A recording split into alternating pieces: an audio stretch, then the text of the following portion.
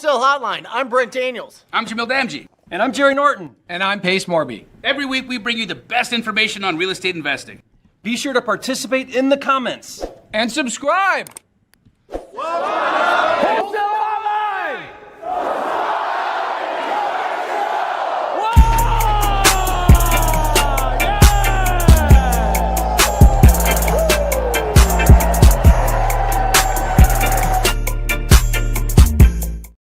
Welcome back to another episode of Wholesale Hotline number 283. My name is Brent Daniels, Mr. TTP, and I am joined by the one and only, the flipping master, the flippingmastery.com. No? Maybe. Jerry Norton.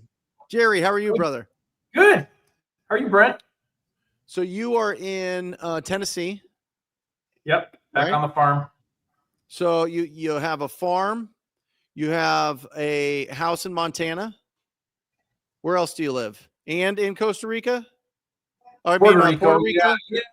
I'm trying to sell the Puerto Rico place. And I'm building there. I have the hotel there. But yeah, kind of all over the place. And look at this. Look at this guy. Jamil Damji. How you guys doing? Good. Good to see you, brother. Likewise, bro. Pacer's going to be here in just a couple of minutes. Where are you located, bud? I'm back in Phoenix. Nice. Back home? I'm back home for about a week, and then running this challenge with Pacer, and then heading to LA. So what is this challenge that you guys, is it an ongoing, is it the same challenge with new people? Is it an ongoing challenge? Tell us about that. Okay, so right now, what we're doing is different from the last one. The last one we did was the No One Left Behind challenge. Yep. Which is agent outreach, essentially, right? The challenge that we're doing right now is the bird dogging challenge. I don't know if you've seen what Pace has been doing over the last couple of months. He's been really diving into the bird dogging as a strategy, because as you guys know, bird dogging is the lowest hanging, the fastest way to the check. And so what Pace does is he invites 150 people that are brand new in the community, and they get an experience like they could never get anywhere else. So they all come down to Phoenix and they spend an entire week with Pace, myself, leaders within the community, and they get hands-on in office support. And we go, bro. Like today they had an entire day full of instruction. Tomorrow again, they get on the phones, they do the things. It's like, back in the day, bro, it would be like you wouldn't get even this much value out of a $20,000 mastermind. And it's all a part of just being a part of the Subto community. So it's a lot of fun for me, because I get to connect with new people. I get to make money from it. I do deals with these guys. If it wasn't for these challenges, I wouldn't have bought like 4 of the houses that I'm in right now and made like at least 30, 40 grand in assignment fees. So I just get to do deals with everybody in here, and it's phenomenal. I'm just happy to be a part of it. It's so much fun. So who are you guys calling? This challenge we'll be talking to wholesalers, doing JV deals. Yeah. Awesome. So how you walk us through this process. So do you sit down?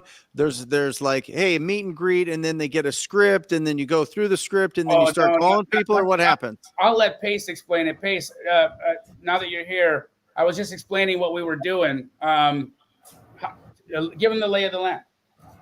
Okay, so what we do is we'll start out first with finding buyers, because I believe if you're going to bird dog, you should start.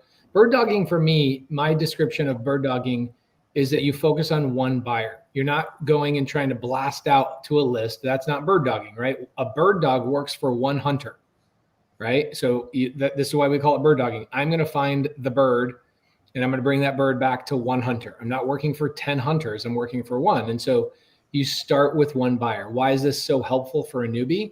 Is because newbies easily get overwhelmed with like all these new words and terminologies and acronyms and these human beings that are involved in, wait, what do you do? And I can't remember. And so you distill it down to its most basic form, which is find a qualified buyer in your local area. So that's what we're going to be doing tomorrow, is finding a qualified buyer.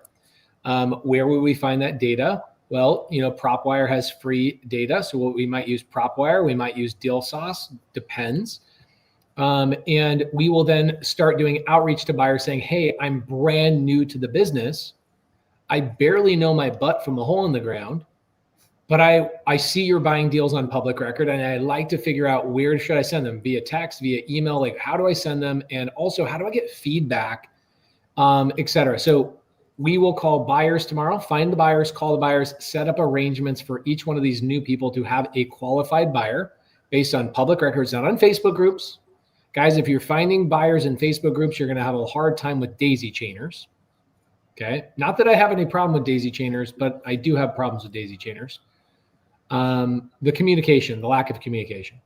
So then on Wednesday, we will find suppliers, which would be wholesalers. Look at this, Munchie. Is that Munchie? Scrunchy. Scrunchy. What Scrunchy, is that?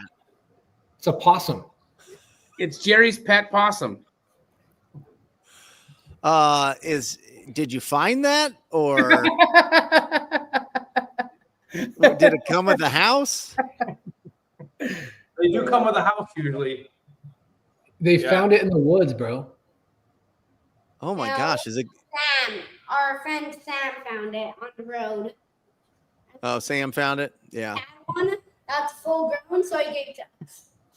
They're the best pet. It goes to sleep in your arms. You feed it eats anything. They're really fun And actually. you can put it on your shirt and just dead asleep sometimes. Stop going crazy. No, you need a sharp bill. Go put them away now. Sorry. So Possum farm. on Wednesday, we will find suppliers, otherwise known as wholesalers. And we reach out to those wholesalers and say, hey, I'm brand new to the business, but I have a really good quality buyer that I'm looking for deals for. Do you mind if I look at your inventory and copy and paste it over to my buyer? That's it. Script is really simple. And so on Tuesday, we find the buyers. On Wednesday, we work with suppliers. By Thursday, probably 15, 20 people in that room will get their first deal. Like literally, you know how fast it is to do a bird dog deal sometimes. And then the rest of the people will do their deals by Friday. And then on Friday, what we do is we bring in 150 experienced Subto, Astro, and Gator members into the room. People have been in the community for 2-3 years, and we mix them up, and then they do more deals together. Primarily, they'll do like agent outreach for a couple of hours and do deals. So just a full-on immersive experience that I think what all of us probably wish we had when we first started out. Awesome. Do you do realtors come to this? Yeah, we get a lot of real estate agents right now that are like, I'm dying on the vine. We have like one of the top EXP brokers. Like they have 20,000 agents underneath them. They're like, I need to learn this so I can go and utilize this with my 20,000 person downline. So we get that stuff all the time. They're just like, we are dying. And I don't think I think the interest rates are going to drop in September, probably even as much as like 3/4 of a point. And I think it'll be a significant drop, but I don't think it's enough. I'd be interested to hear your guys' opinion. I don't think it's enough to create a run to the bank on refinances. I think we've got to have 2 significant rate drops in order for us to get some momentum. What are you guys' thoughts on that? I 100% agree. I think once we're in low or below, once we're low fives, 5 and below, I think we're going to be in a very, very different situation than we're in right now. But that's going to take a few drops. I do believe they're going to do it aggressively paced, but I think you're on the money when it comes to how long it's going to take for that to happen. What about you, Jerry and Brent?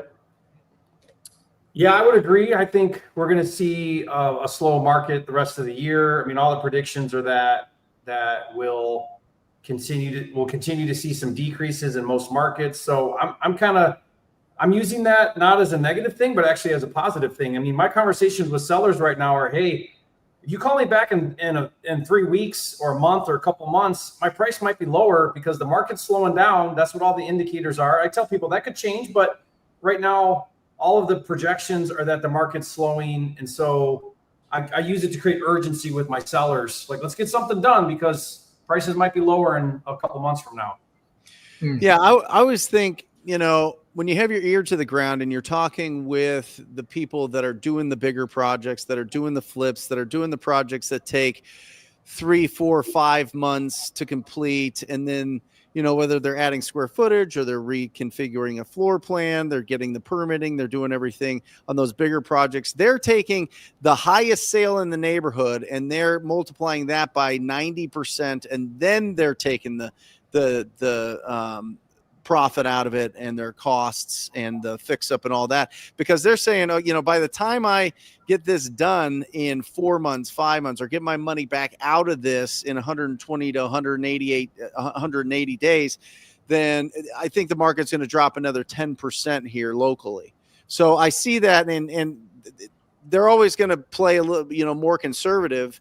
And they're not like, oh yeah, the rates are going to change everything, and then things are going to fly off the shelf. So they're staying really conservative. So we are as well. So that's really what we base it off of, pace, instead of like kind of, looking at, is the interest rate going to adjust by a little or a lot?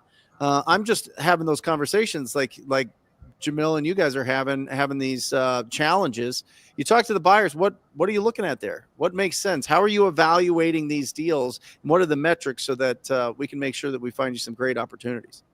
And I think on acquisitions right now, you have to be aggressive, right? Like you have to be deep.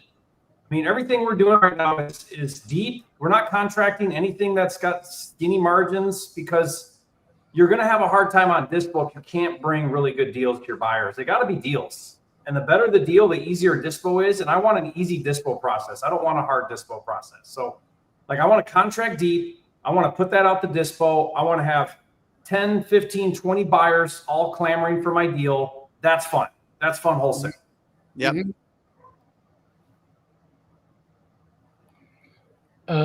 Life in the Rockies, Montana and beyond says, in my experience, it needs to be 5.5 to make sense. I think when you see a number 4 at the beginning of an interest rate, 4.99, there's going to be a mad dash for refinances. Mm-hmm.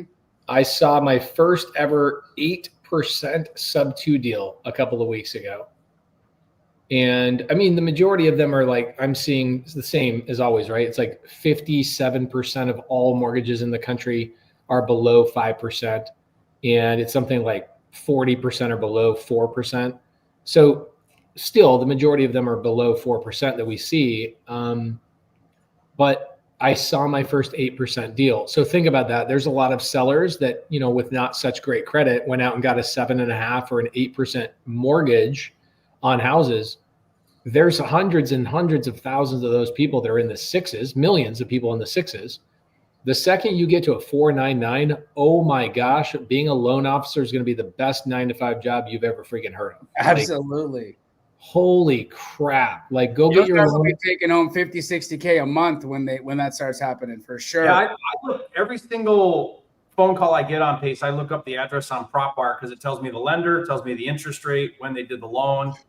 And I'm just fascinated with that data. And it allows me to really have the conversation I want to have and have options, because I know what their equity is. I know what their loan is, what their interest rate is.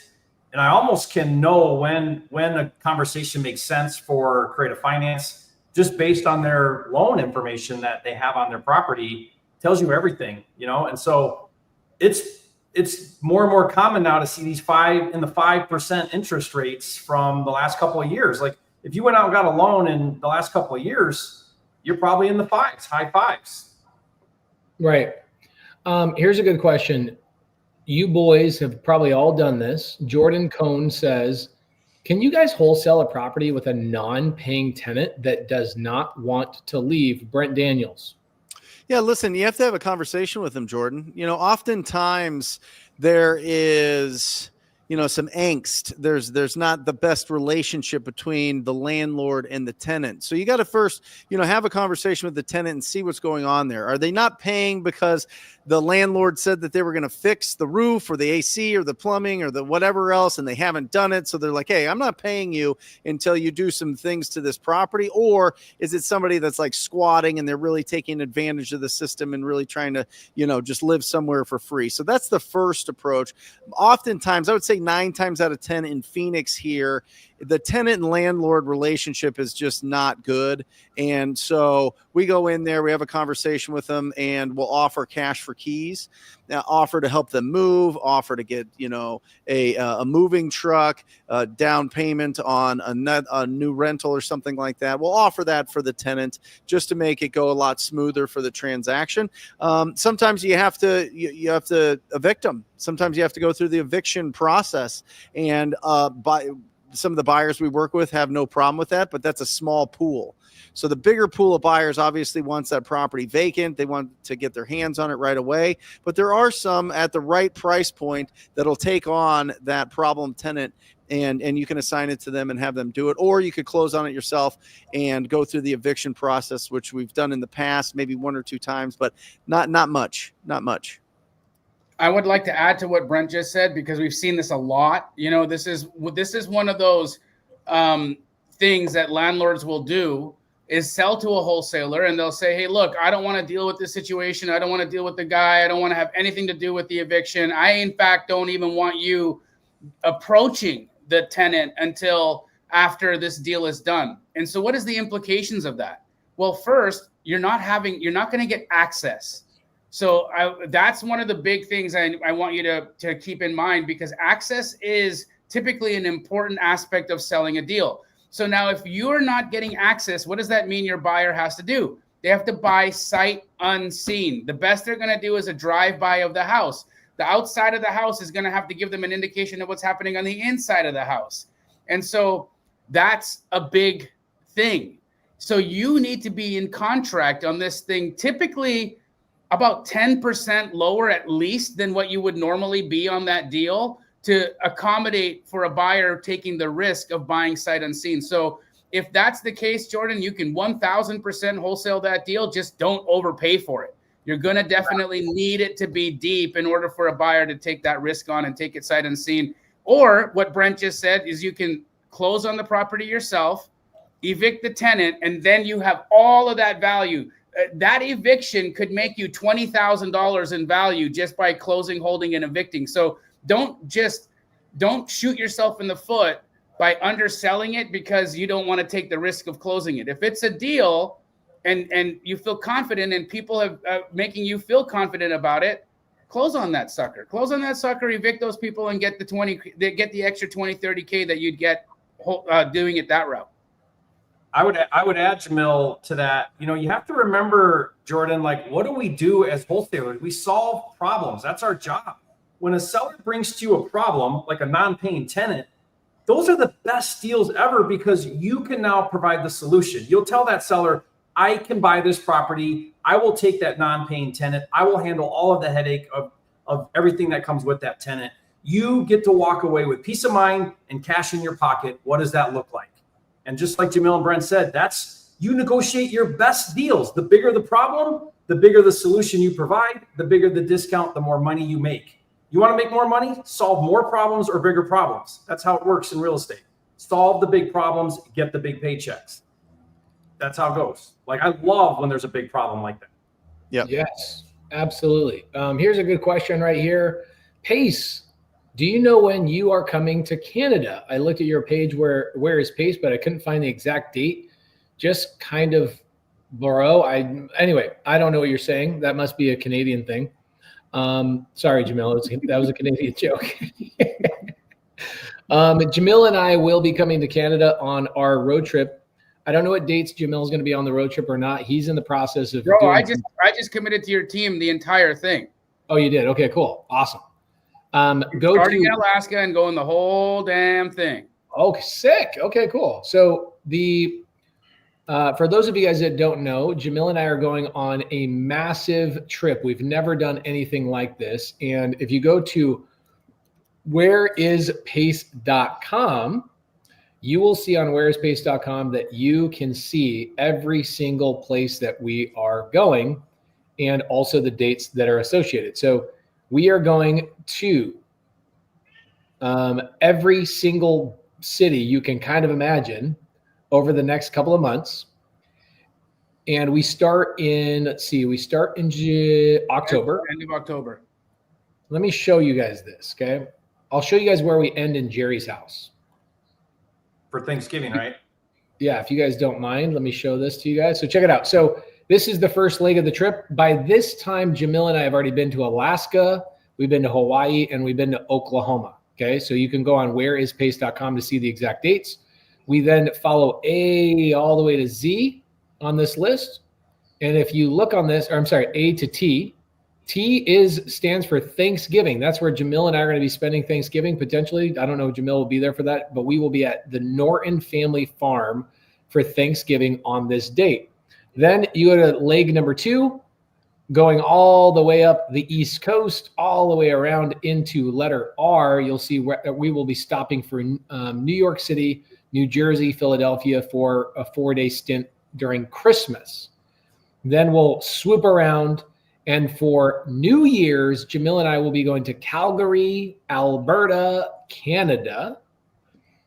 And then we will be going and flying from Detroit down to Miami.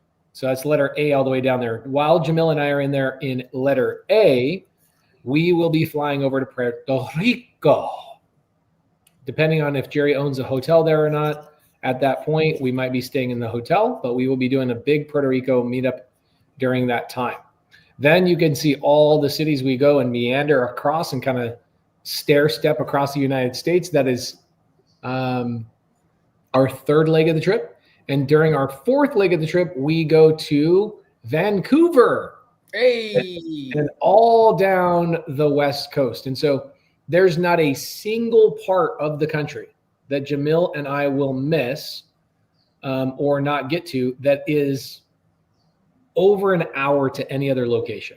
Like if you are anywhere in the country, you can get to one of our meetups within an hour of driving. Some of these states we're going to, like California, we've got 5 stops. Texas, we've got 7. Florida, we've got 8. Albuquerque or New Mexico, you get 1. North and South Dakota, you get 1. But we are doing a meetup in every single state, 3 cities in Canada, and 1 in Puerto Rico. We are also doing Hawaii and Alaska. So there's not a single city or state you can come to us and go, you're not coming to my state. Yes, we are.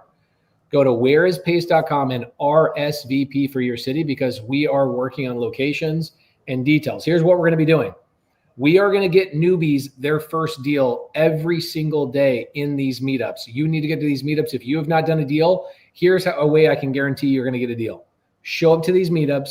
Connect with our community members. We're going to do competition style, doing deals for 2 hours, showing you guys start to finish how to send out contracts and lock deals up 100 freaking days in a row, like a couple of gangsters that are just high on their meds.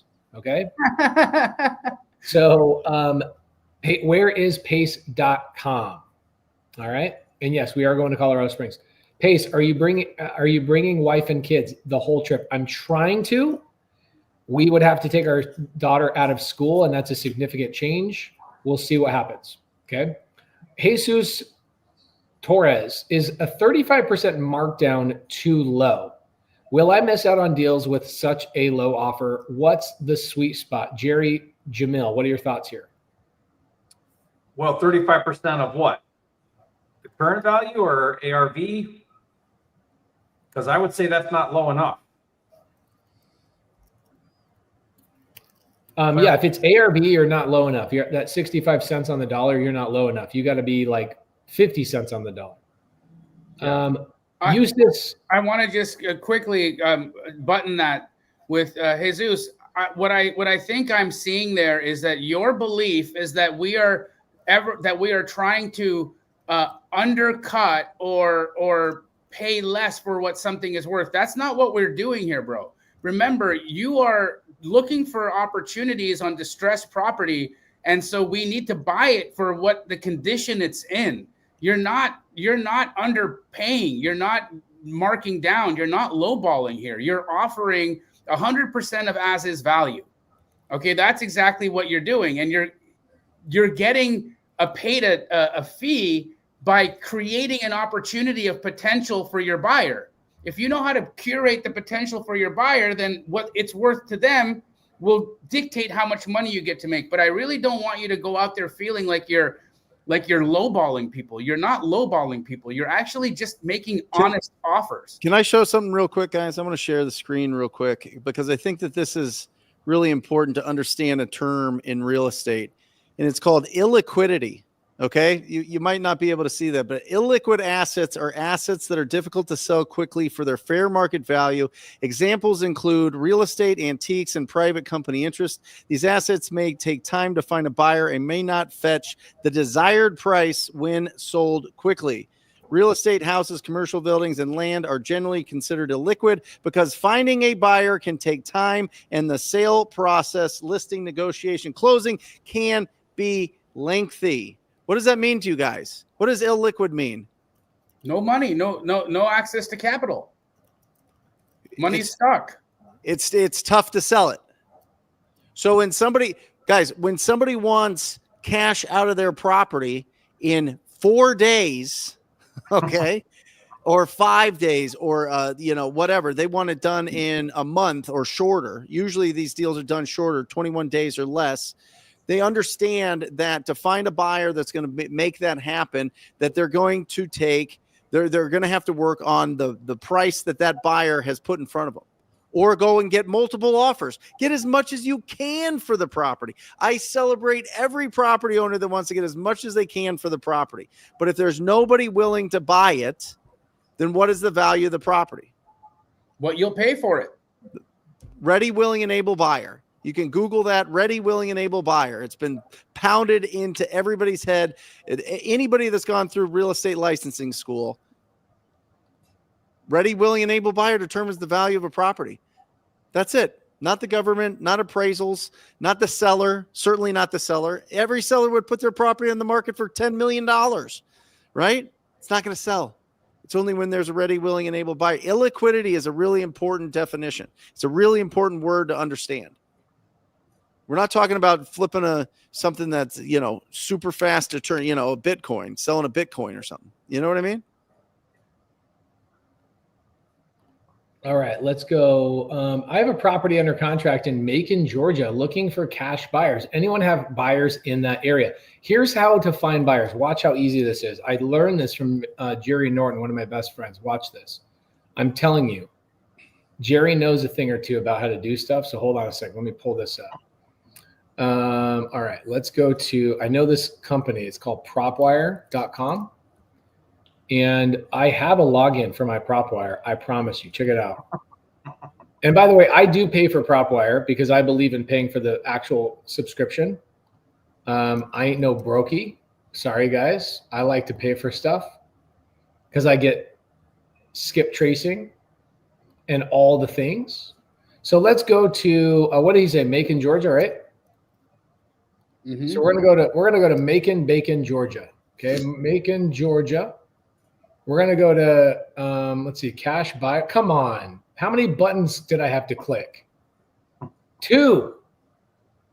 Guys, finding buyers is 2 clicks away. It's easier to find a cash buyer than it is to open up Instagram. Okay? That was too easy. Is there a harder way? Like, can we do it the old way? People had to do it like 15 years ago, Jerry? Yeah. So Jerry, what else would you do here? Like, I know that I found 1,800 cash buyers. That's too many. So, like, what should I do here? Yeah. So go to the More tab over there on the top. Yep, More, and then go to Financial. Okay.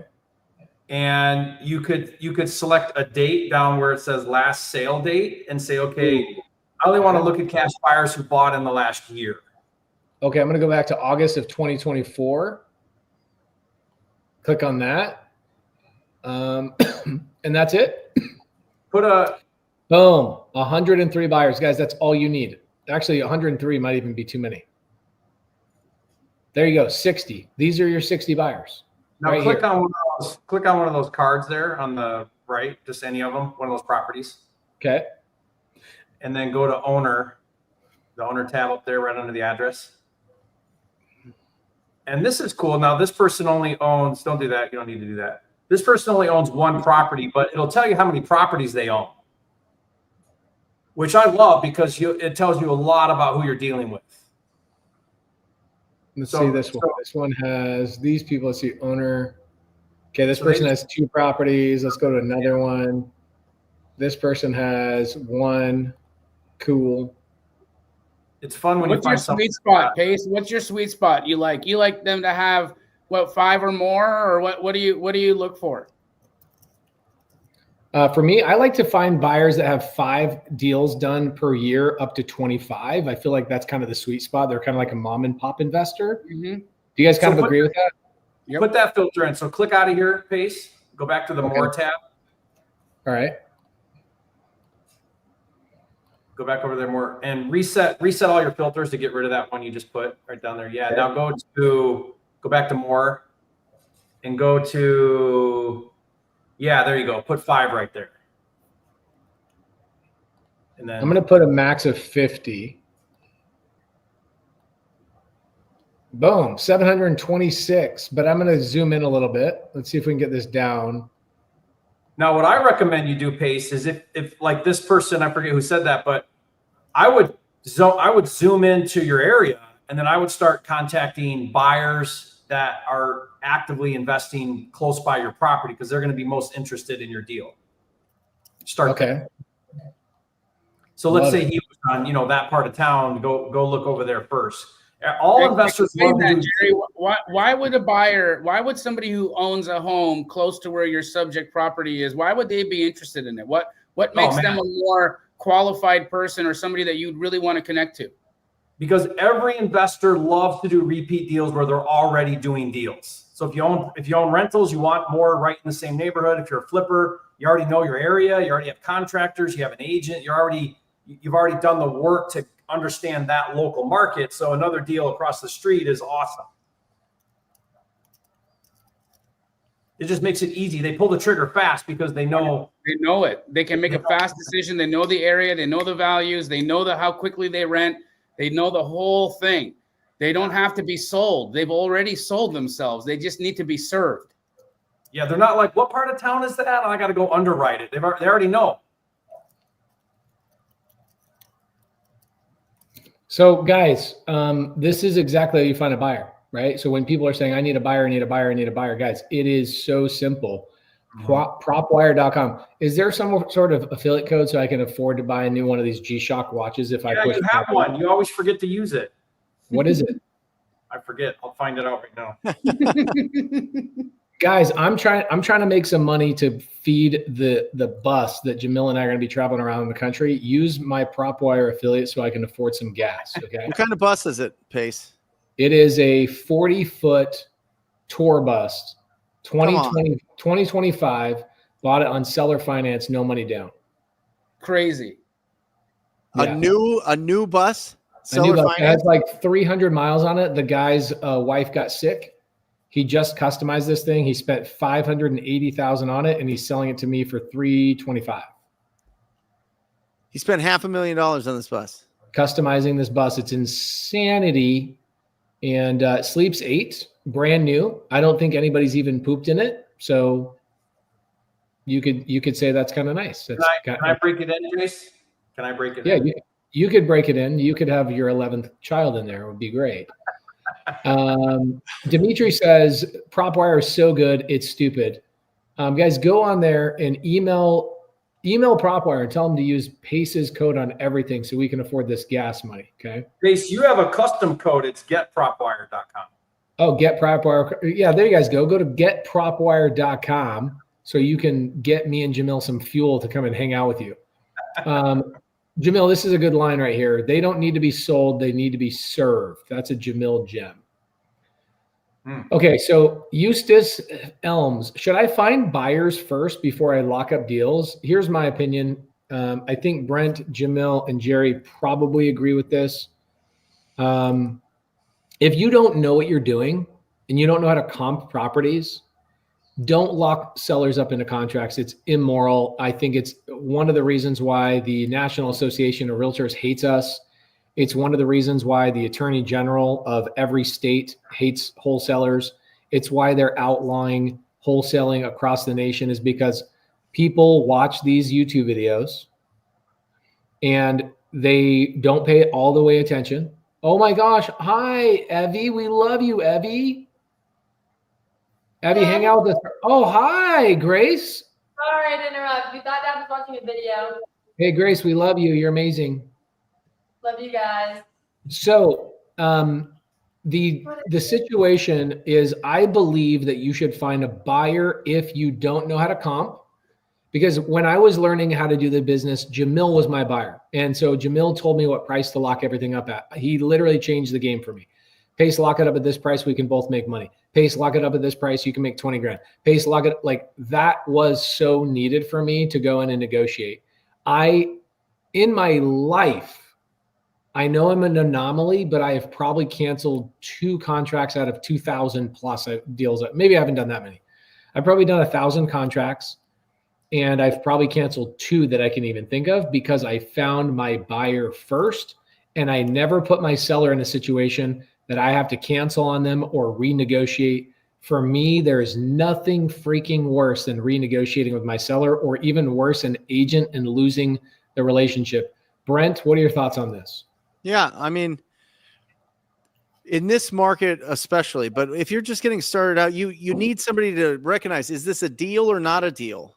You know what I mean? And that's going to be so critical because it's moving. There's so much turbulence in a market like this that you don't really know, you have confidence when you're starting out. Is this a deal or not a deal? I would squat up with somebody that's already doing this business for sure to help you with that. And they're going to open you up to so many buyers. You know what I mean? And just the floodgates will open up with opportunities to meet incredible people. So don't do this alone.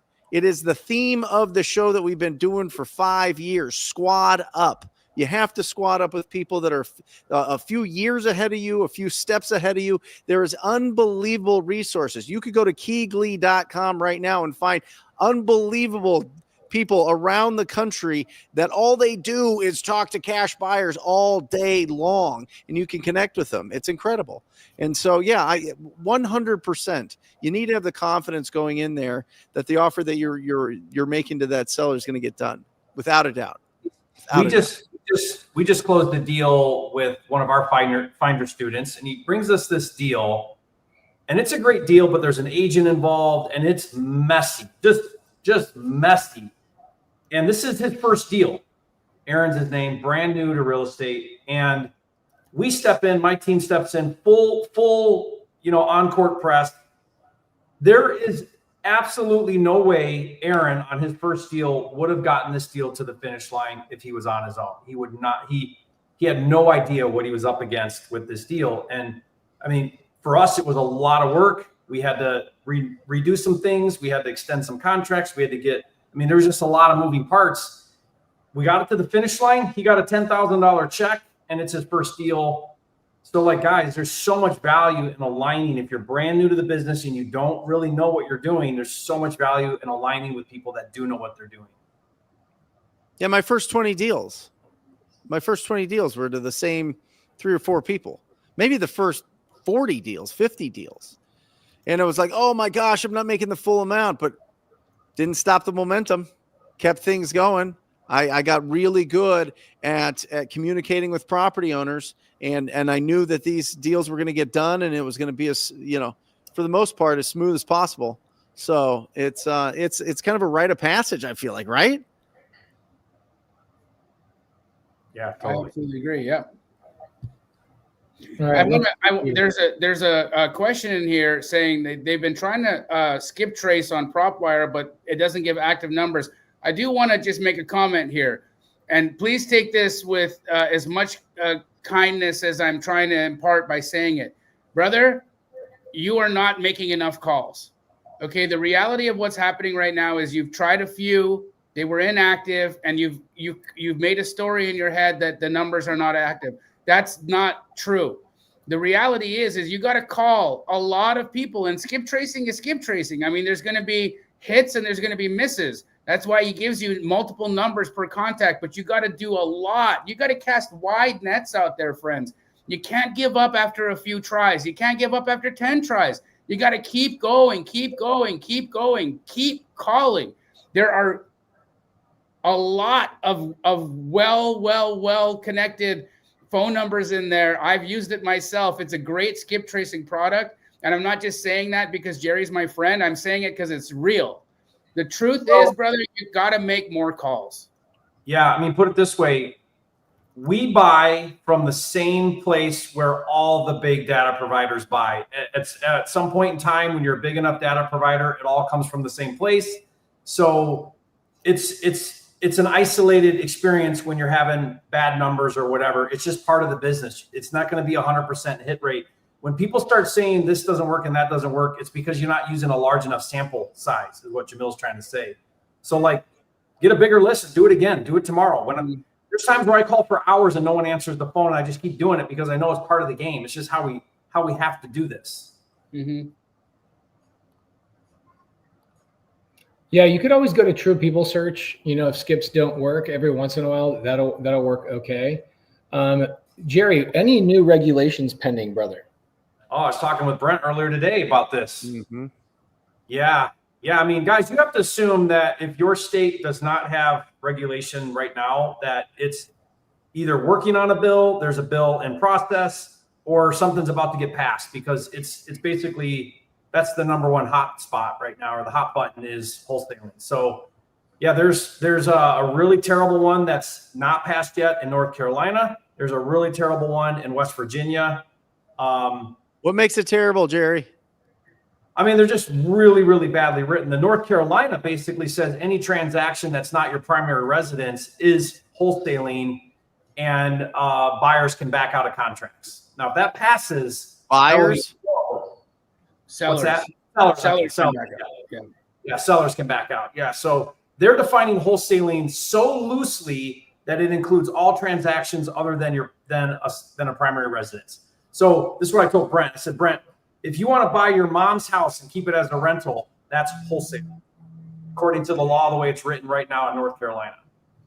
So anyway, so essentially, it just gives a seller carte blanche right to just walk away, shop your offer, play games, create all kinds of problems in the escrow process, because we've seen sellers do some interesting things when they're in contract, right? They get called by other people. They get wholesalers who don't know what they're doing, over promising. How many times has that happened in all of our careers, where you talk to somebody and they've been given an offer, which we all know there's no way that offer could stick, because it's just not, it doesn't make sense. And look, as much as people want to say, hey, buyers are this, investors are that, they're making money off of people, they're all the things, right? Well, what about a seller who is basically trying to get an extra $50,000 or $100,000 from somebody based off the condition of their house? It goes both ways, guys. Yeah. It goes both ways, right? Investors have to be honest, and sellers have to be honest about what they have. That's the fact. But how many times have we been in deals where your seller all of a sudden gets contacted by a competitor or somebody else in the business, and they give them this cockamamie, complete BS higher offer just to blow the deal up, only to disappear and not close the transaction, and then file a memo. And that exactly. And so that is, it's going to be so bad for wholesaling in North Carolina. It'd be so bad for real estate transactions in general in North Carolina. And I want to just say this one last thing. What about fixing and flipping, right? What about all the homes that are in disrepair that need to be repositioned, that need financial investment in order for them to be to be in line with what's going on in the neighborhood? Without wholesalers taking on the responsibility of doing and picking up the garbage that we pick up and clean up a lot of areas. We absolutely do. And when these fix and flippers go in and beautify the house and add value to it and make the community safer and make the community worth more and do all those things, without wholesaling there's a problem. These fix and flippers don't have the time to go and find the deals. They're spending their time on job sites doing their part. So we really have to do our best to protect this and make this make sense for everybody, because without us, I truly feel that the machine breaks. Yeah, definitely. Have you heard of the Washington state law that did pass? Do you know about this one, Pace? Yeah, I have heard about it. It's crazy. Yeah. And in Washington tell us about it. Yeah, here's the short end of it. In Washington state, any transaction that's not a primary residence, the seller has the right to an appraisal that the seller chooses. So you can't, the buyer doesn't choose the appraiser. Licensed appraiser, seller chooses it, buyer pays for it. So the buyer has to pay a $500 appraisal. When the seller gets the appraisal back, he has the right to cancel the contract based on that appraisal. Now, there's one exception, and this is where NAR and real estate agents freaking genius.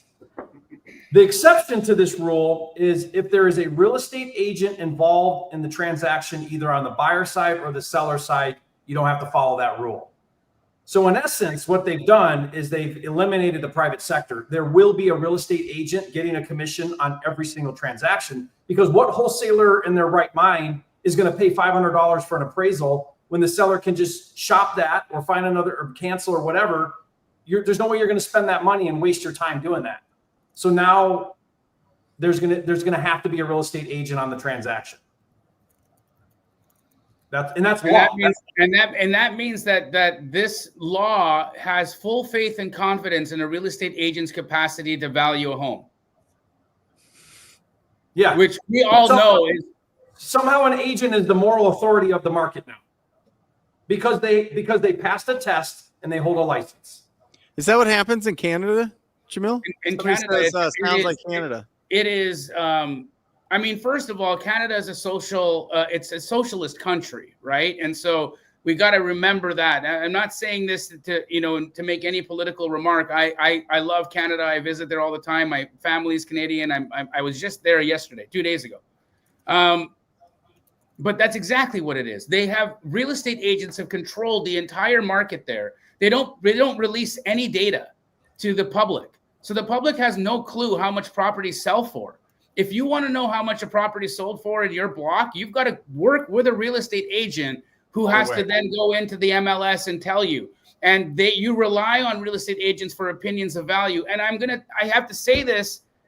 The reality is, guys, is I have been done dirty by more real estate agents in their opinion of value than I have anyone else, even more than sellers. I have the gymnastics that I've seen real estate agents do to try to convince me to buy a deal that's not a deal is laughable sometimes. It is absolutely insane that is the level of power you give them, but they're not even getting the training that they need to make educated decisions. So it's an interesting approach. Remember, I saw someone ask, well, what about double closing? Guys, this has nothing to do with wholesaling in Washington. It has to do with contracting with sellers. It's nothing to do with wholesaling. If you contract a seller and it's not your primary residence, I don't care what you're going to do with the property, the seller has the right to an appraisal that you pay for, any buyer. So if it's a rental, fix and flip, or wholesale, any buyer would have to pay for the appraisal. Seller can back out unless someone in the transaction has a real estate agent involved. So the workaround here is going to be— seller waive that, Jerry? You can't waive it. You can't waive it. So not only can you not waive it, you have to put in a specific font size in the contract so the seller knows their right and signs off that they know their right to the appraisal. No, I mean, can the seller, say the seller wants to get their money out in a week and they can't get an appraiser in there, they can't do all that. You know what I mean? Well, can they waive their right to it? Yeah. If they waive their right to the appraisal, they have a 10-day window to cancel the contract. If they elect to do the appraisal, they have 4 days after getting the appraisal back to cancel the contract. So they can still, they don't have to do the appraisal, but they have to be told they have that right and that the buyer has to pay for it. Sure. So the workaround here, I think, for wholesalers in Washington State is going to be, I found nowhere that said you couldn't self-represent. All it said was seller or buyer has to have real estate agent representation. So I read that to mean you could self-represent. So if you're licensed, you can represent yourself. And there you go. So anyway, the point, though, is that there's no more private sector in Washington State. A real estate agent's got their grubby fingers on every single transaction, and commissions are going to be passed around on every single transaction. Wow. They're the authority somehow. Hey, Christian Nation is saying, I'm confused, Jerry. I thought you always needed an agent to work with as a wholesaler. You do it all the time. I watch your videos, and that's what you say. All of your videos, you call it double dipping. No? Well, yeah, that's when we're going after listed on market properties, or if we're doing an agent model where we're working with agents to find deals. That's one area of wholesaling. I'm just talking about direct to seller. So direct to seller, where there's no agents involved. It wasn't a referral from an agent. It wasn't a listed property. You did marketing or got in front of a distressed seller in some way or another, and you're now having a conversation, you're negotiating and you're contracting. Private transactions, guys. I mean, that is like your God-given right for citizens of the United States to transact with each other however they want. That now is mandated that by law that a real estate agent is in the transaction.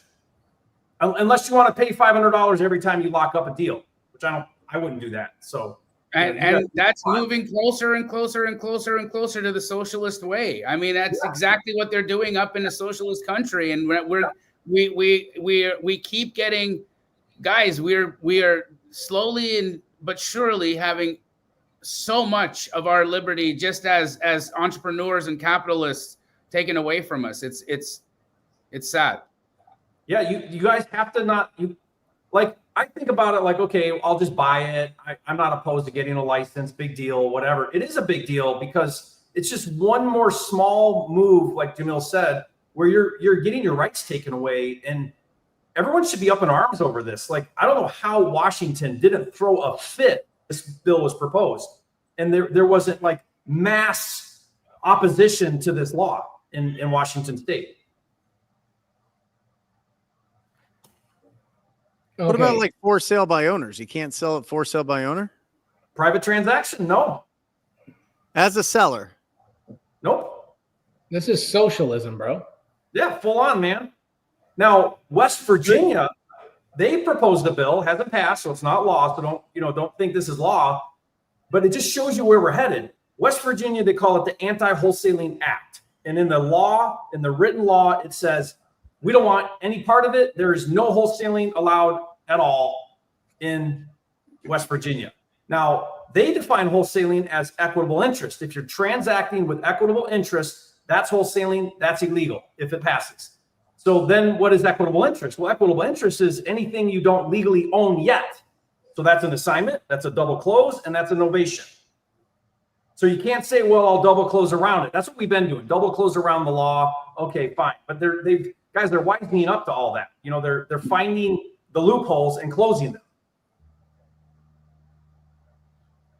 So, guys, everyone's got to step up here. What's going to happen here, I think, is to do this business, you're going to have to be a real investor with real money, own stuff, buy it, do some value add maybe, even if it's clean it out, trash it out, take new pictures and relist it. Like, that's where I think we're heading in the industry. I unfortunately agree with you. But guys, look at it like an opportunity, right? Like, I know, like I talked to Pace, and Pace is like, good, not good, but like, I'm not worried. Well, that's because actually, I do say good, Jerry. But it's because, Pace, you're not afraid to raise capital. You're not afraid to adapt. You're not afraid to adjust.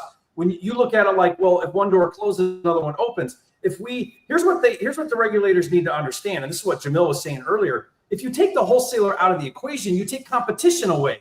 All that's going to do is hurt the seller, because now the capitalized players that are left are going to buy deeper because they have to account for finance. And you're forcing an unnecessary 6% tax on your sellers as well, guys. Yeah. You are forcing an unnecessary 6% tax on these people. When the average assignment fee is $15,000, it's a lot less than the 6% that you're having them pay real estate agents instead. That, to me, is laughable. That's a crime. That an agent has to get paid in the transaction by law. That all that's doing is coming out of the seller's pocket, because now someone's got to pay that commission.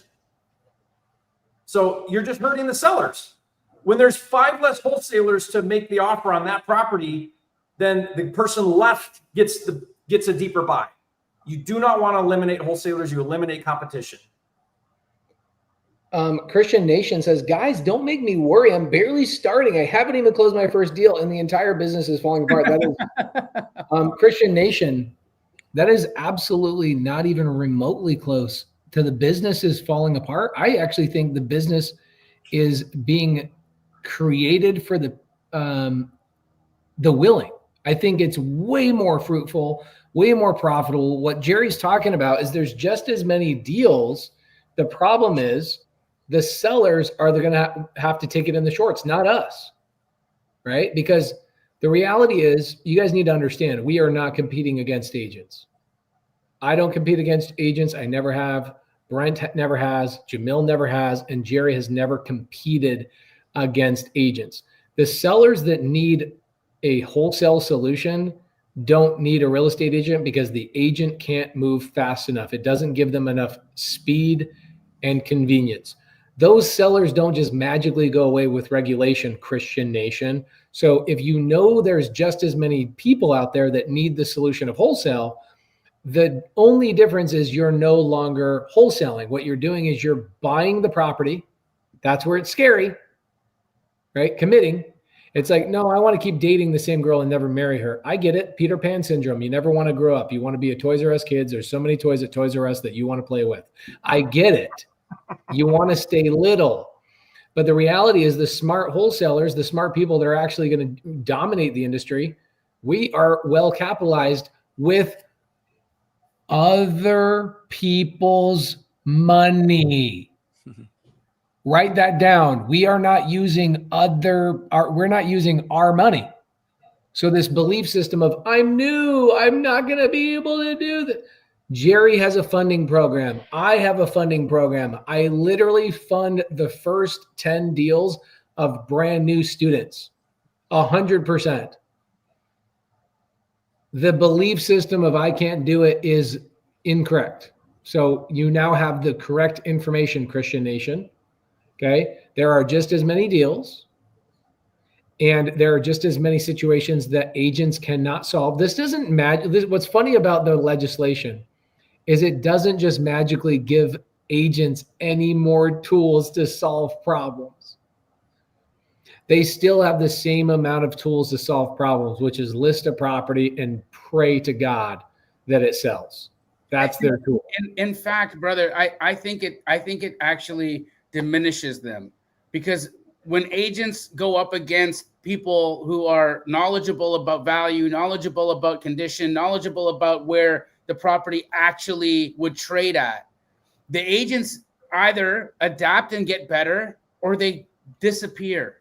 And now if you remove the competition, if you remove the necessity for the agent to sharpen themselves up, then what happens?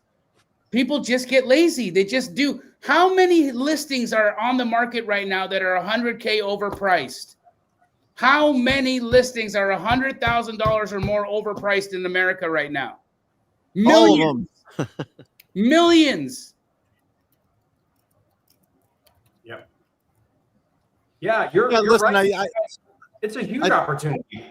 I think from the government standpoint, they find somebody that is in distress with their property, a protected class, and they want to protect them. And I understand that. And they want to put these regulations in front. Some states you need to have a license. Some states you need to disclose. Some states now you can't do it. You just have to buy it and give them an appraisal beforehand. But I'm telling you, if that was instituted tomorrow in Arizona, all right, go get your appraisal done.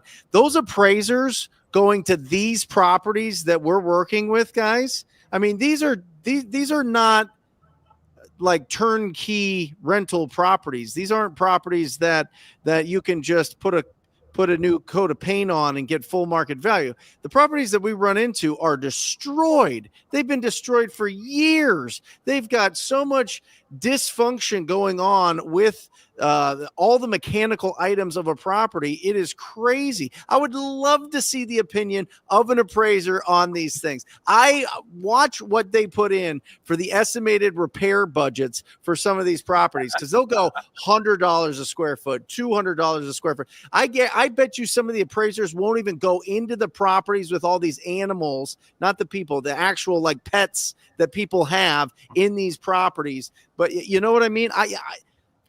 I would love it. You know what? we should just do an appraisal every time we make an offer. It would be really interesting to see what response, because I've seen appraisers come all over the place. I've seen beautiful properties that sold within hours go lower in the appraiser because the appraiser just couldn't find the right comps. And I've seen properties completely destroyed, and that appraiser basically gives them like tax value or land value for that property. I've had more appraisers tell me that the property needs to be bulldozed than any other contractor or any other buyer or anything. So it's going to be really interesting that the appraiser's perspective on how much that property is worth based on the condition, it's as is condition. It's going to be very interesting to see how this shakes out. But why would you? Like, if you're, here's the way I look at it, guys. Like, if you're going to wholesale in Washington, I would think you want to do a wholesale operation, like a business. And a business needs a model. It needs a process. It needs predictability. Yep. And there's no predictability in paying appraisals and then hoping the seller still moves forward. Like, that's money up front with no guarantee that they're going to move forward.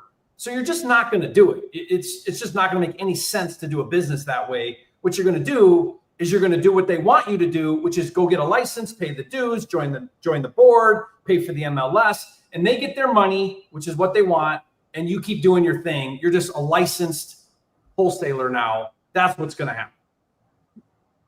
Yeah. Get a license.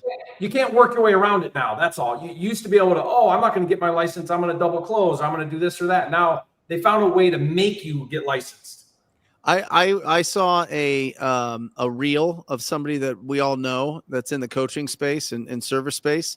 And he admits to doing like hundreds, if not maybe dozens of deals in Illinois without a license. And he's like, yeah, it's fine as long as nobody reports you. Oh my God. I mean, you can rob a bank unless you get caught. It's fine unless you get caught. Oh my God. Everything times 0, you know what I mean? Like, man, that is risky. You can do anything until you get busted. That's true. Yeah. But I mean, you've had to have your license in Chicago since 2019. Yeah. Yeah. Well, you know what? I guess that guy really enjoys prison. Or a lot of fees, I guess. I don't know. In Illinois, it's a $25,000 fine for a first offense. So, like, what are you doing, man? Like, that's your operation. And you put it on video? Yeah, I'm going to run a business where I take the risk of getting a $25,000 fine. That's my business model. And then brag about it. What are you doing? Yeah.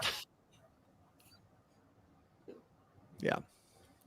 But I'm in the same camp. I'm in the same camp as Pace, which is if they want to introduce stuff that's going to create friction, that's going to get rid of competition, and people are going to not join this business. Now, it's not great for coaching and education because less people, don't want to learn it and do it. But as far as a transactor, as far as a real estate investor, the more friction they create, the more I'm going to succeed because I'm willing to do the thing to be at the top. I'm willing to do the extra work. Whatever they want, I'll do. And I'll figure out the solutions. And I'll be one of the few left while everyone else runs for something easier. I'll stay in and I'll make more money. Like if you have that attitude, whoever that was earlier, like if you have that attitude, there's nothing stopping you. You're going to make 10 times more money when these things come out because you're going to be willing to do the extra thing that other people aren't.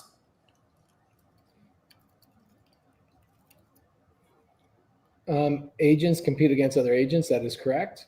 I really appreciate all of you guys. Question, Brent.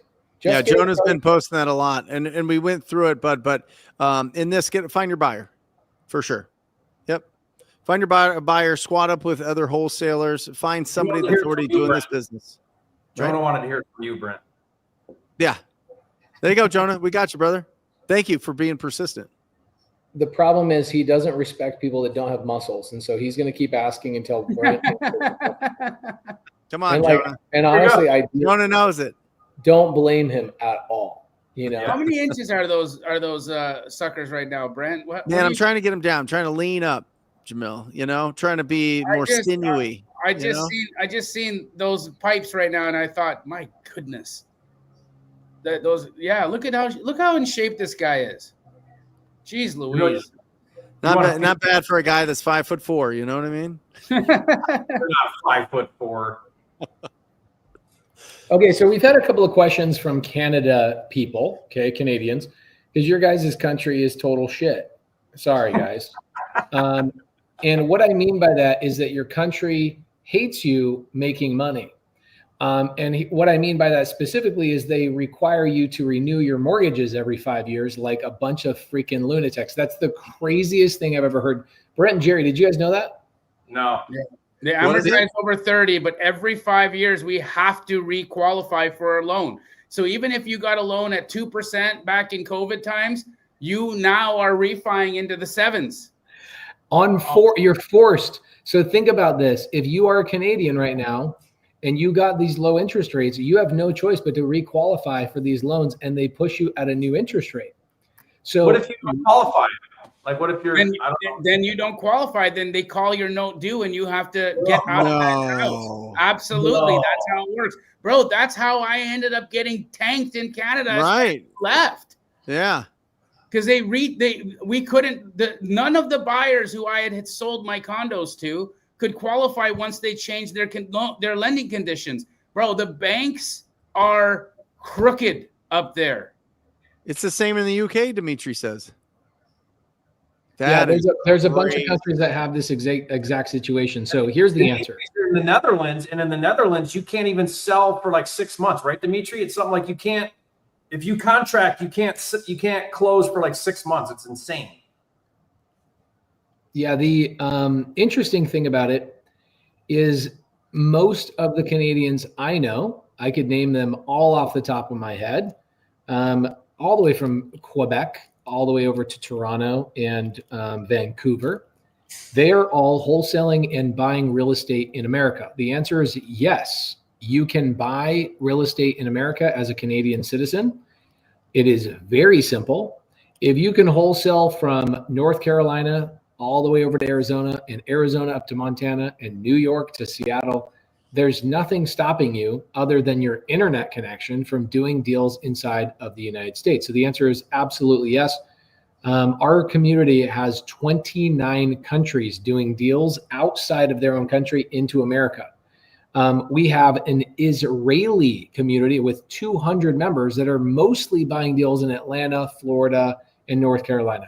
We have a full-on Indian community. We have a full-on Mexico community, massive Canadian community. And guess what?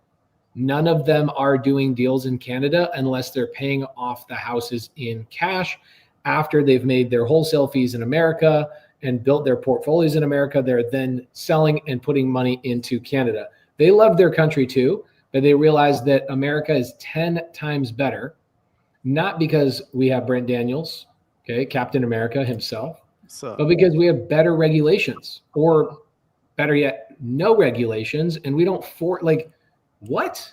You have to re-qualify for your mortgage every 5 years? Like, you are decimating your countrymen. And so when I say your guys' country sucks, I don't mean the people. I mean your government. Your government is total shit. And you guys know it. And you guys can go ahead and stop buying all of our American products. That is fine. But you can step into buying our American real estate, and we are happy to have you do so.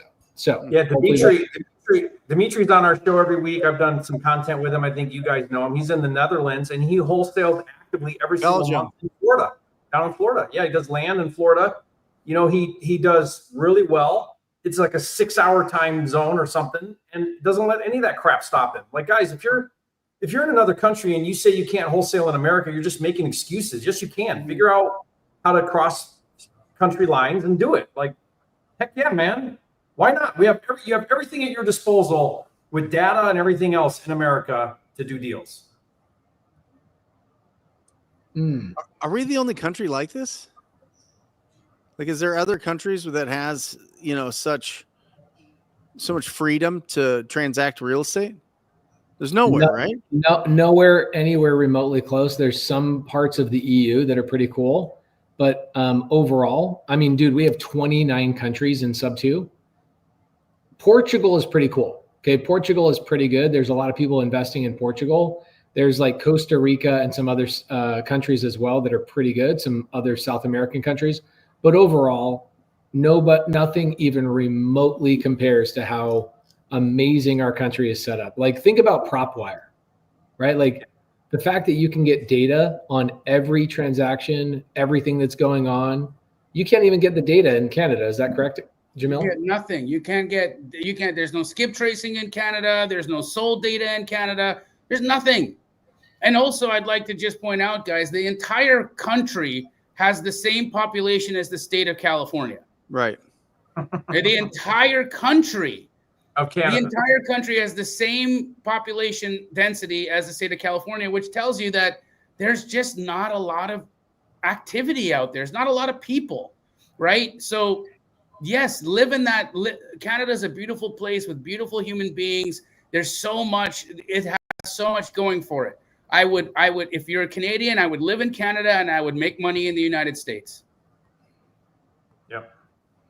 You know what's great about the US is it's the last place where you can transact morally and ethically. You know, most other countries, unless you're corrupt with the government, you can't become wealthy. You can't be successful. Here, you know, maybe we have high taxes if you're wealthy, but at least here we can honestly make money. Without having to pay off our bribes or any of that kind of stuff. We can still do it honestly here. And that makes this the greatest country in the world. Jerry, can you do wholesaling on market? If so, why not? Not usually. Here's why. Wholesaling is when you buy it and then you resell it and you don't do anything to it, right? You get a discount, you resell it. So the problem that you have when you try to do that with an already listed property is when you bring it back to market, what's different about it than before? Everybody saw it before, nobody wanted it. And now you're putting it back up there. The only way you're going to get action is if it's significantly lower than what it was at before to really draw some attention. There's something special about an off-market property that comes on market. Nobody's seen it. Everybody wants it. It's kind of like new blood, right? Whereas when something's been out there forever, you contract it, buy it, put it right back up there. If you haven't done something to it, then it's not going to grab any attention usually. That makes sense? Also, I don't think technically you can relist a listed property. Well, you would have to buy it. You'd have to buy it, close it, and then list it. Yeah, that's what they're saying. Oh, yeah, you bought it, close out, then relist so they're not trying to do it on equitable interest. They're talking post close. Yeah, you will end up losing money if you try to do that. Yep. Unless it's listed for $299, you know, and you get it for $75 and you put it back out at $150 and it's like significantly less, but I don't even really try to do it that way. Like, don't ever really try that. Did you guys see they're talking about putting real estate into 401ks? Yeah, it's genius. Talk to me about that. Okay, so are you talking about crypto? No, I thought it was real estate. No, it's crypto. You've always been able to do real estate in 401ks. What they're doing is they're now allowing you to buy crypto in your 401k and your self-directed IRA. Yeah, there's regulation around how to hold your own property. Like, you can't go and lend money in a certain way, and you can't do certain things in your self-directed in your 401k in terms of like holding property in a certain way. But it's always been available and always been a thing. It's the new regulation that has been lifted around buying crypto in your 401k and self-directed IRAs has now been lifted in just the last little bit. It is, yeah, there you go. It's only self-directed, by the way. It's not 401ks. It says Trump just shook up retirement plans. Your 401k could soon include real estate. This is August 11th. Oh, okay. So 401ks is for your 9-to-5 job, right? You're at your 9-to-5 job. This is not self-directed money. Not IRA. Right. No. The biggest shakeup that just happened was your IRA, your self-directed IRA. Like, you control it yourself. You've left your job, or like even me as a business owner, I have a Roth IRA. I actually have a backdoor Roth IRA. I now can buy crypto. I bet you do. I do. When I signed up for it, I was like, dude, can I pay extra for that? So I have a backdoor Roth IRA. The challenging thing with a Roth IRA for business owners is that you have to, whatever benefits you're giving yourself as a business owner, you have to give the same benefits to your employees. And so what happens is you have to create what's called a backdoor Roth IRA so that your company can go and invest in your Roth IRA without having to give the same benefits to your employers. Okay. So anyway, different conversation, different day. Can any of you else see the thought bubble above Brent Daniels' head just snickering every time Pace says back door? Yeah, he's a man. He's a 13-year-old boy. He's in there somewhere. So you can now buy crypto in your self-directed IRA, which is huge for people. Is that let's say you go buy Bitcoin, it goes up in value, you don't get taxed on it, and it just stays in your self-directed, which is freaking amazing. So this is why crypto is currently or Bitcoin hit $123,000 per coin, is because that announcement came out a little bit ago, a couple of weeks ago. It's now come back to like 116, 117, I think it is. But now there's new regulation coming out. You know what's cool about my Bitcoin? 100% of my Bitcoin, I have about $1 million of it, has been funded from free cash flow from properties I bought on Creative Finance. Wow. So I watch people that go out and they earn money from their day-to-day job, they pay taxes on it, and then they go buy crypto with it in like little onesie, twosie, little 100 here, 100 there, whatever. The smart thing to do is go out and buy an RV park, a mobile home park, a business even. That free passive cash flow, take 20% of that and then go put that into crypto. And now you've got a little piggy bank type of situation going on for a long time. So yes, self-directed IRAs can now buy Bitcoin, which is massively beneficial. And it's going to push the price of Bitcoin even higher. Let's see here. Jamil, can you do a crash pad method with your co-living properties? Explain what he means by crash pad method. You know what he's talking about? I have no idea. I assume that's a new Jamil phrase. That's kind of a cool thing, Jamil. You should make that mean something. Yeah, I mean, I don't jujitsu. I'm not sure what you mean by crash pad method. Are you saying like staying for less than a week? Is that like actual crash pad? And if that's the case, no, I don't. I really like the consistency of an occupant who's going to stay a long time. So the majority of all of my co-living homes now are all being rented out through nonprofits. I have a 6-month waiting list on my co-living properties. So once they're constructed, they're full within 30 days, and I'm getting top dollar for it. I don't need to go to pad split. I don't need to do any of that. Okay, so Chino Monte, good to see you, brother. I've seen you in the side chat all day today. We love you, man. He says crash pad means housing for flight attendants, hot beds versus cold beds. Right. I don't know that I would ever spend my time on that. I just feel like there's a lot of turnover. Yeah, and also like, why would I want to limit to just that? You know, I like casting my net wide, and also just creating community in those places. I don't want it to be like an in and out where people feel like they're just randos coming in out of the house. I want people to feel like they're living in a little micro community. And so I think for me, that would be against really the cultural thing that I'm trying to create in these homes. Okay, cool. Joel Shilpy, I like this question, but what I want to do is just touch base on that crash pad thing that Jamil's talking about for a second. I agree with Jamil entirely. Why would I put myself just into this teeny little zone? I'll tell you the answer why, Jamil. Because people are desperately trying to get something called cost segregation and tax benefits from real estate. And unless you are a full-time real estate professional, which means you are managing the properties you own 100 hours more per year than anyone else, you cannot be a a real estate professional. If you're not a real estate professional, you don't get the tax benefits. Now, the part of that 100 hours is you can't just manage a mobile home park. You can't just manage a multifamily property. What you have to do is you have to manage a property that the average stay is 7 days or less. That is what qualifies for cost segregation and all these tax depreciation and all of that kind of stuff. 7 days or less.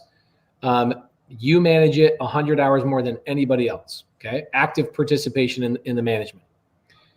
Guys, if you're like, I don't want to do Airbnb. Yeah, I agree. Airbnb sucks. I don't like Airbnb. You can tell all your Airbnb friends that Pace, you heard it here first. Airbnb sucks. The only person I think that's teaching Airbnb the right way is Bill Faith Everybody else is a bunch of freaking knuckleheads telling you go put 40% down and get a mortgage at 7%. And you're going to cash flow $40,000 a month.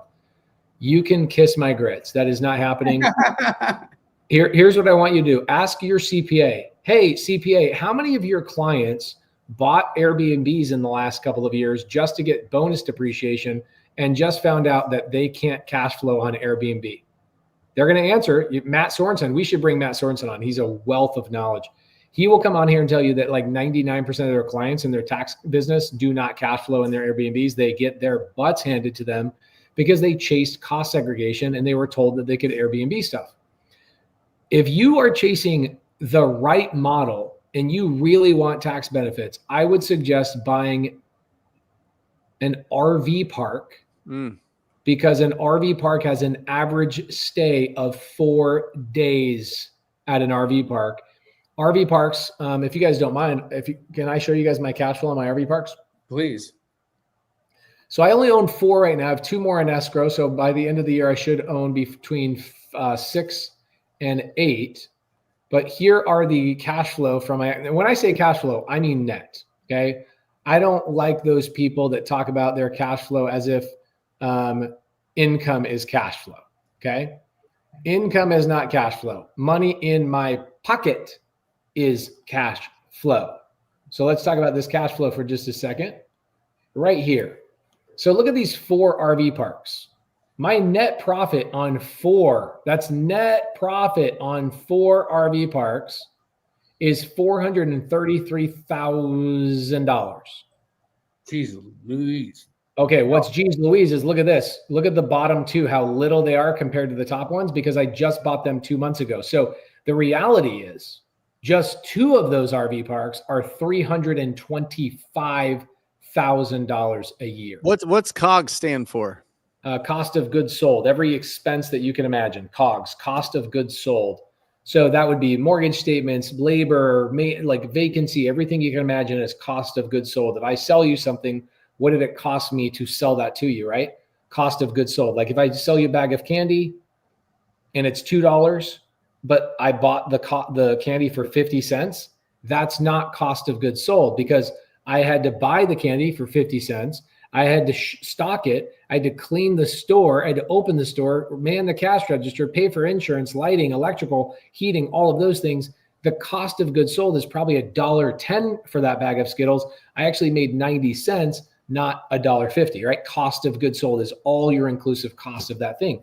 An RV park, one RV park will make you between $150,000 and $180,000 per year net in your pocket. That is, I can buy sushi, I can buy a possum, I can buy Cheetos for my possum, and I don't care about what happens with my cash. Okay, so the beautiful thing is, the average stay at an RV park is 4 days, which qualifies me for cost segregation, which qualifies me for getting all those big, beautiful tax bills that Trump came out with. And so when you guys are chasing down tax benefits, stop chasing co-living as a tax benefit because your average duration, you don't want people staying there for 7 days or less. You want them staying there, like Jamil says, for like 9 to 13 months. Now, if you want to become a tax pro, there's other ways to be, a real estate pro. There's other ways to become a real estate pro. Get your license and some other miscellaneous things. You could go that route as well. And then co-living does qualify. I, of course, am a full-time real estate professional from my RV parks, but I then bring in my co-living as a tax benefit, but I did not qualify for those tax benefits from the co-living, if that makes sense. And keep in mind, Pace, flipping and wholesaling activity can count towards your hours as long as you still meet the minimum requirement that are involved in the asset management of those. How about learning about these things? Does that qualify? No, I just asked my CPA yesterday, literally yesterday. Yesterday, I was like, the education does not count. Sadly, it does not. It should, really it should. But I actually agree with that 100% because you should be educating yourself on how to balance checkbooks and all of that kind of stuff and going to seminars and learning how to be a better manager of those properties, you would assume makes sense. But what happened is they said that the rule was being abused back in the 90s. and like the early 2000s. And so they had to remove that part of it. So guys, watch how easy this is. Maybe PropWire is going to do this at some point, but watch how easy it is for you to go find an RV park. Check this out. We go to one of my favorite websites of all time, Crexi.com. We can come into here, Crexi, Crexi. I do not own it. And I click on owner finance. I just go to the search bar, type in owner finance. Watch how simple this is. Ooh, here's one right here. Anchorage, Alaska. Should we call him? Annette Scott, dude. She has How many RVs are in Alaska? a lot, dude. Surprisingly. Look how many. Okay, they've been on the market for 66 days. Should we call her? Call her up. I feel like if I call her right now, her phone number's right here, and people will freaking bother her. It's still daylight over there, bro. I know. I feel like I need to hide the next RV park I actually call on, and I don't show the phone number. I already showed the phone number. Okay. The problem is because it's the YouTube audience, not our private community. I don't feel like I can trust them, dude. I did this thing a couple of years ago where I was calling sellers, and the seller like pulls his phone away from. He's like, "Somebody just texted me that I'm on YouTube Live with you right now." Thanks. Like, that was nice of you. Was it you, Jerry, that did that? No, I mean, that was like, what are you guys doing? I was doing this show called 0 to 60 where it was wholesaling with teens, and we would do it live. We'd go for a couple hours live, and I'm just showing exactly what we're doing. And then like the agent would say to me like the next day, "You wouldn't believe it, I got like 8 calls right after you." I'm like, really, guys? Seriously? Yeah, I did this call last week where I was calling on an RV for our big, massive nationwide road trip. By the way, if you guys want to come hang out with me and Jamil, whereispace.com. We're coming to a city near you. We're going to be doing deals live with our leaders in the Subto, Astro, and Jamil, what are you calling your co-living group? Housing Alchemy. Housing Alchemy. We're going to be doing all sorts of dope stuff live. We might even get Brent and Jerry to come out to a couple of these stops, which would be cool. Anyway, I'm calling to find an RV park on seller finance. And Carly Grunman, who you guys all know, Carly Grunman, she's magical, awesome person inside the Subto community. She finds an RV that is willing to do seller finance. So I call the guy on the live. He's like, "Yeah, I'm interested. This is great. Love this, blah, blah, blah, blah."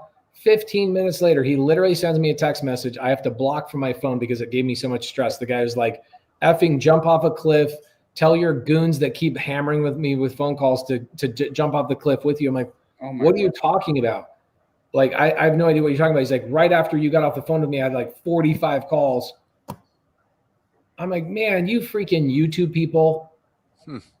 Like, y'all have no respect, no refrain from people that are just trying to give you free freaking value. It's crazy."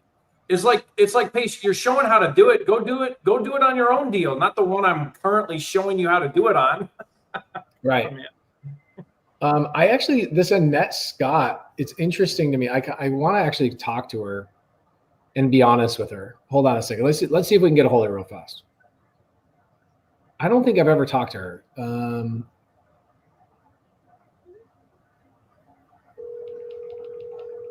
Jerry just texted me and said, "Can we butcher a turkey for Thanksgiving?" The answer is yes. Do you have any? You have those albino ones. I don't know if we want to kill them. We already butchered. Is this Annette? Yes, it's Annette. Hi, Annette. Hopefully my cell phone service is okay. Can you hear me? Yeah, I can hear you. Okay, I see you all over Crexi representing these RV parks, which is freaking awesome. Are you just dominating that market or what? I do dominate the market. They call me the queen of RV parks and mobile home parks and trailer park queen, and I'll take that crown. Okay, I love it. How can I buy? So I've only bought 4 RV parks this year, totaling about $20 million. I haven't bought a mobile home park in a year. I'd like to buy some more. Are you all over the U.S. or I see you in Texas and I see you in Alaska? Well, tell me what you want and I'll go get it for you. Okay, I want seller finance, people that are retiring. I will pay down payment. I can qualify. You want a mom and pop? I want a mom and pop that wants to retire. That's all I get. Got it. And I just closed on 2 in Big Spring, Texas, so I can send those over to you so you can kind of see the size that I'm looking for. Okay, send those to me so I can look and see what you like. Okay, what love is your it. name? My name is Pace, Pace. Pace, and your last name? Morby, Morby. Morby. I am the queen of the RV park business. Okay, I want to be your king. Okay. Or better yet, I'll be Okay, I'll be your prince. You can be in charge. Okay, you will see my prince. Okay, well, send me all your information and I'll get your marks. Okay, I love it. And by the way, I've talked about you on YouTube because I show people how to use Crexy on YouTube. And I've told people like, look at this. I'm like, look at this girl. She's such a badass. She's got listings from Alaska to Texas. I get what I want. I freaking love it. Okay, cool. I'm going to send you a text. When I walk in, I've got that listing. When the people hear my voice, they trust me. I've been doing this for years. I get anything I want. Okay, I love it. We are going to make so much money together. It's going to be amazing. Send me all your information, Mr. Pace. Thank you so much, Annette. I appreciate you. All right. Okay. Bye. Oh my goodness, I'm in love. In 2 minutes. You get an agent like that she's unstoppable. Oh, I'm telling you right now. What a lady. That thing was phenomenal. Here's what's. Let me tell you guys something real fast. So I've done these calls like on RV parks and mobile home parks for like the last couple of months. Number one, they always pick up their phone. There's something different about commercial versus residential. Yep. Holy freaking crap, the difference. Every time I call in an RV park, it's the same exact story. It's like, yep, I know exactly what you want. You want seller finance. I'll get the seller that will give you seller finance. Like you jump into larger assets, these sellers need to sell on seller finance to avoid capital gains tax. Guys, if you're trying to get the tax benefits, just buy RV parks. Okay. Pace, but that's really hard. Okay. Well, so is being broke as shit. So, and by the way, Jerry, how are we going to get a turkey plump enough that we can hunt it on your land and then like we need to get a turkey that's plump and juicy and we release alive though. Yeah. You'll shoot it and we'll butcher it together. We'll get the girls helping. Oh my gosh, dude. Do we have to shoot a bow on your property or can we shoot like an AR-15? I mean, to kill a turkey, I think a 22 would be fine, but we could. Space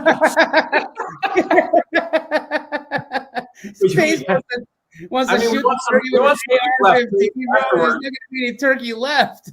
Yeah. Be Swiss cheese. Oh my gosh, dude.